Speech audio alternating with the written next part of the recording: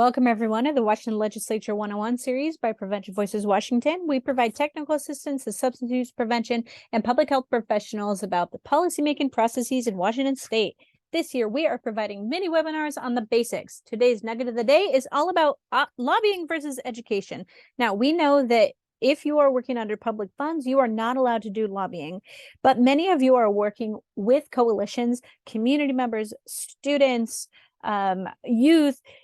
Many of you are working with those types of people. And so we really want to get this clear in your head, get the guidelines down before you do this work. Now, lobbying is clear in that it's anything with an ask, but education, advocacy, those are kind of squishy areas. So we wanted to get into the differences.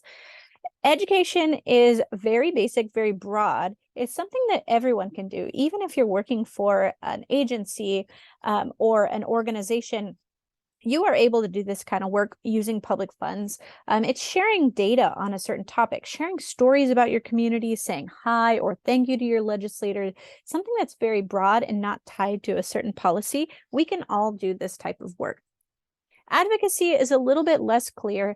That's not to say that you can't do this work under public funds, because you can, but your leadership may not be okay with you doing these kind of activities, representing them. And your grant funder may not be okay with you doing these activities under those funds. So definitely ask your funding agency as well as your leadership to see if you can share data on a certain bill, sharing impacts of a bill or budget, or sharing a fact sheet with a bill member. These kind of activities are advocacy because you are linking that data to a specific policy. Again, kind of a gray area, so definitely just keep everyone in the loop when you're doing this kind of work.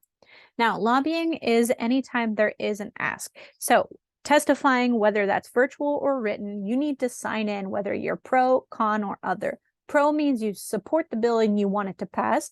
Con means you don't support the bill and you don't want it to pass. And other actually doesn't mean neutral. Other means that you would be pro for the bill if something could change about it. Signing in on the bill is the exact same way, and we are going to have some webinars about those two actions there. And then, of course, framing anything with an ask, even beyond just saying please pass or please block this bill. The kind of things that are subtle lobbying are like, please change this sentence in this bill to say this, or please increase this dollar amount in the budget, or we would like a sunset to be added to the bill, something like that. All of those are lobbying actions, and you definitely can't do those under public funds. Now, this is a really great exercise. Just write down a sentence that's really important to you, something you want a legislator to know, and break it down into its education, advocacy, and lobbying components. It's a great exercise. How it sounds in this case, the education component of this sentence is about 30% of 10th graders report vaping at Kingston High School. If you want to make that an advocacy sentence, you say current funding supports cessation options for youth. The current funding is actually the policy that you're linking this to. And a lobbying sentence would be, please support ongoing funds in the operating budget. That's how you can break a sentence down into its different components. And I suggest that you practice it for anything that you're interested in. Even if you can't do lobbying, do the activity. Thank you so much for watching our Prevention Voices Washington Legislative 101 series. There is so much more learning to do on this page. We will see you next time.